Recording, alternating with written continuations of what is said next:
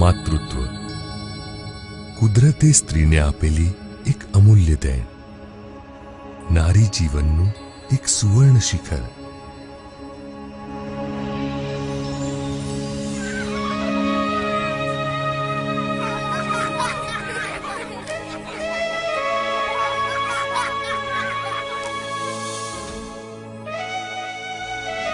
એક સપનું,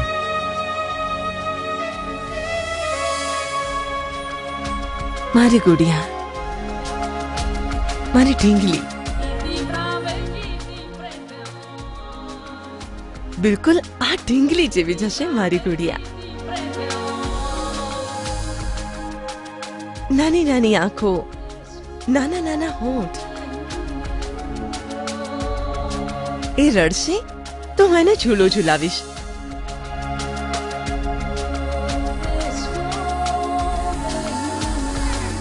એની મુસ્કાનથી તો જાણે આખું ઘર ખીલી ઉઠશે.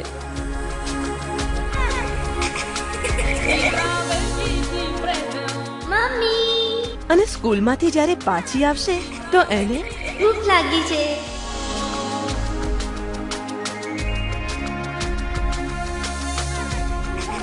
એને ભણાવીશ, ગણાવીશ, પગભર બનાવીશ.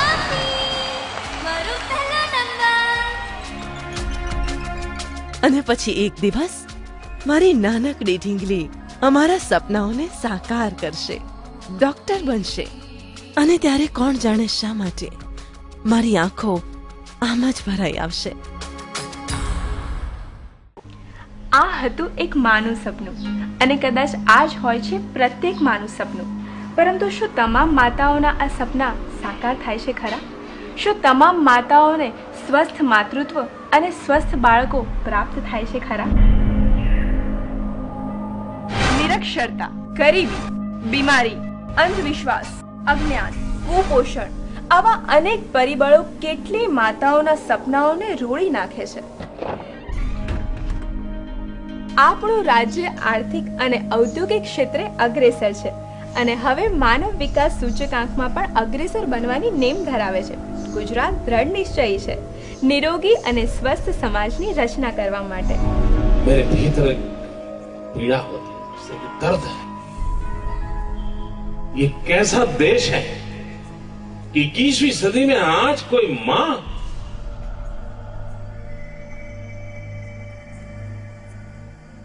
गरीबी के कारण, कुपोषण के कारण अपंग बच्चे को जन्म दे और जीवन भर उस बच्चे को ढोती रहे.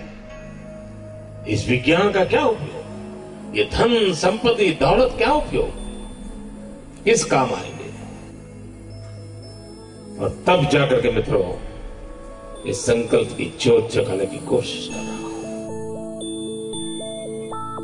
हर एक मानी आँखों में छे जे शमणा, जे फूल खिल्या छे जगमा हमणा हमणा. जेओथी बाग महके जगत न सघळा, ए बाळनी रोगी रहे भरोय पगला. एक जीवनी जीवन दात्री छे जे जगमा, जे दुख लई सुखो आपे तमने बमणा. छोड़ीने सघળી ચીર પુરાણી ભ્રમણા, હે માત નિરોગી રહે ભરોય પગલા. હવે દૃઢ નિશ્ચય છે ગુજરાત નિરોગી બાળ નિરોગી માં. કરો સંકલ્પ મળીને આ નિરોગી રહે समाज. स्वच्छ गुजरात, स्वस्थ गुजरात, निरोगी गुजरात. निरोगी बाळ निरोगी बाळ निरोगी बने गुजरात. निरोगी बाळ निरोगी बाळ निरोगी बाळ निरोगी बाळ निरोगी बाळ निरोगी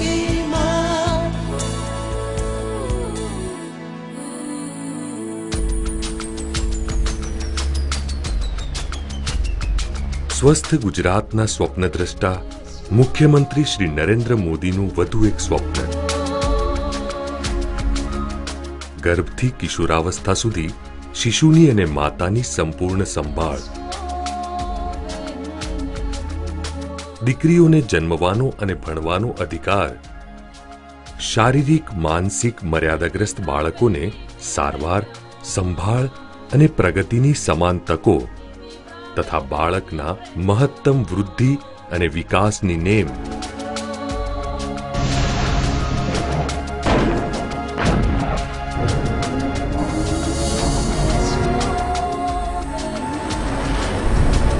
નિરોગી બાળ વર્ષ. હું પણ એક દીકરી છું અને આજે ભણી ગણીને એવા સ્થાને પહોંચી છું કે મારા મા બાપને મારી ઉપર ગર્વ થઈ શકે. મહાત્મા ગાંધી કહેતા હતા, એક દીકરો ભણે તો એક વ્યક્તિ ભણે છે, પણ જો એક દીકરી ભણે તો એક પરિવાર ભણે છે. અગર કોઈ દીકરીને શિક્ષણ મળે તો સમગ્ર પરિવાર, અને મને તો ઘણી વાર લાગે બે પરિવાર. તો હવે સમજાય ને એક દીકરીને ભણાવવાની અગત્યતા. તો આજથી સંકલ્પ કરો કે તમે તમારી લાડકવાઈને ચોક્કસ ભણાવશો.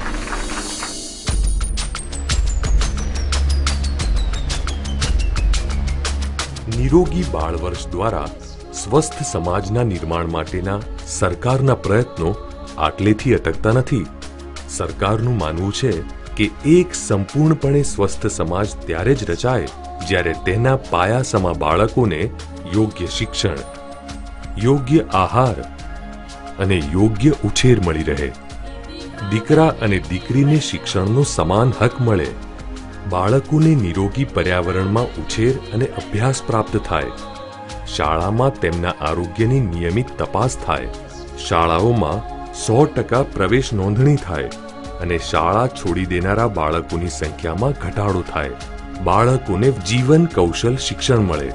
બાળકોના સર્વાંગી વિકાસ માટે શાળાઓમાં રમતગમત, યોગ, વ્યાયામ તેમજ વિવિધ સ્પર્ધાઓ વગેરેને પ્રોત્સાહન આપવામાં આવે તથા પ્રત્યેક ગામના સ્વસ્થ બાળકોને નિરોગી બાળ પુરસ્કાર આપવામાં આવે.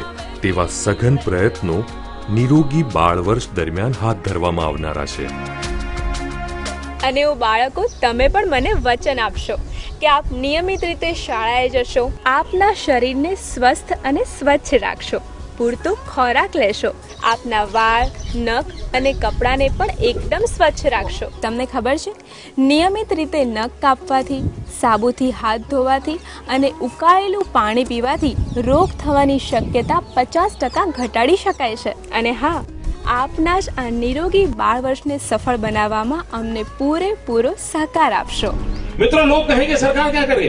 मित्रों, सरकार करेगी उसकी ताकत कम होती है, समाज करे उसकी ताकत बहुत ज्यादा होती है.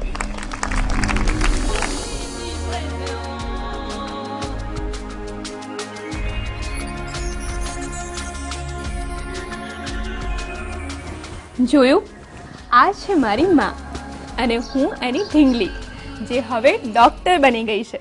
એનું સપનું તો સાકાર થયું, તમારું પણ ચોક્કસ થશે.